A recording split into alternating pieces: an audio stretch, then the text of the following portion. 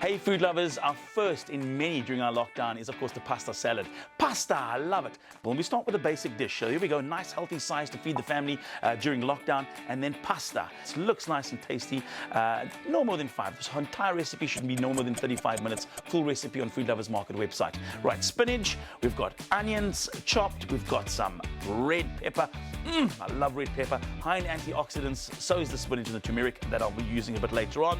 Olives, and of course some sunflower seeds and some parmesan shavings. Also a little bit of lemon towards the end. I'll put that in a bit later on. So chopped some avo up, nice fresh avo from Food Lovers Market.